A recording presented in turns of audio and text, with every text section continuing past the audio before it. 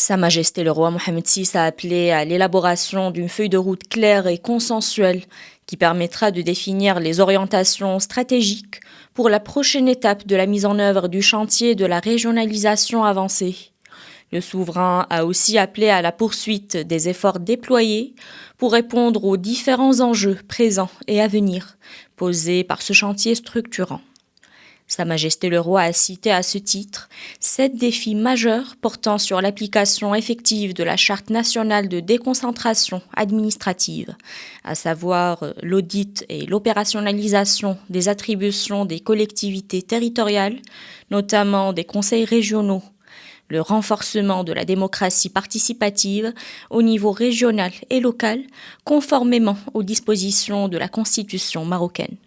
Il s'agit également des défis ayant trait à l'application du principe de corrélation de la responsabilité à la reddition des comptes, à l'amélioration de l'attractivité des espaces territoriaux pour attirer les investissements productifs, à la capacité des régions à concevoir des mécanismes de financement inédits, à faire face à certaines crises et à s'adapter aux transformations d'aujourd'hui et aux impacts de demain. Ainsi, pour ce qui est du défi de l'application effective de la Charte nationale de déconcentration administrative, Sa Majesté le Roi a souligné le retard enregistré par la plupart des départements ministériels, notant qu'en dépit de l'importance de ce chantier, sa mise en œuvre demeure entachée de lacunes, notamment dans le domaine des compétences prioritaires liées à l'investissement. S'agissant du défi de l'audit et de l'opérationnalisation des attributions des collectivités territoriales, notamment des conseils régionaux, le souverain a affirmé que c'est l'une des conditions essentielles pour mettre en œuvre le chantier de la régionalisation avancée et impulser la dynamique de développement économique et social du Maroc.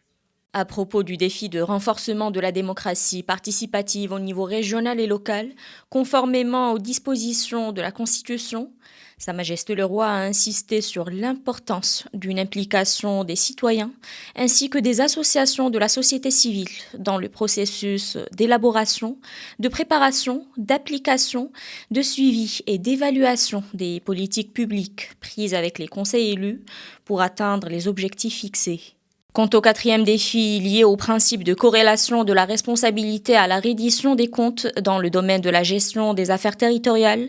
le souverain a souligné que les régions et les autres collectivités territoriales ont su gagner le pari du développement et opérer une rupture avec les modes conventionnels de gestion par l'adoption des mécanismes de gouvernance, de démocratie, de légitimité et d'efficacité.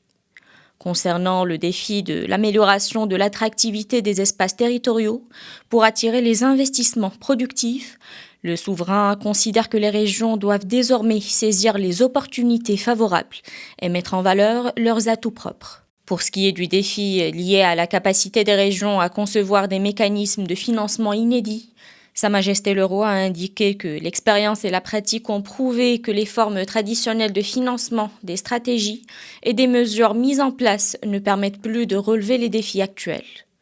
Le 7e et dernier défi évoqué par le souverain est celui relatif à la capacité des régions à faire face à certaines crises et à s'adapter aux transformations d'aujourd'hui et aux impacts de demain.